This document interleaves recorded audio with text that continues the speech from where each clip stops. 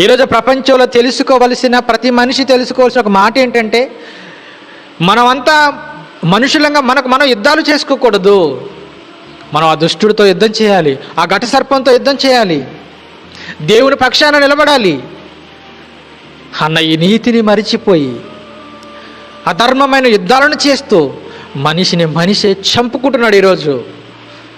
మంచిది కాదండి, ఇది మంచి పద్ధతి కాదు. ఇది మన యుద్ధాలు శరీర సంబంధమైన కావు.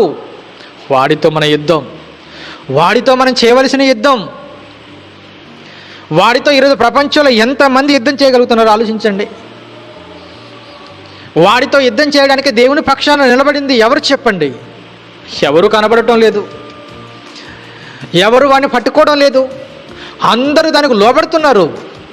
వాడు చూపించే మాయలకు, వాడేసే ఎరకు, వాడు చూపించే అధికారాలకు, లోకాశలకు మనిషి పడిపోయి దాని కింద, దాని చేతి నీడ కింద మనిషి ఈరోజు బ్రతుకుతున్నాడు.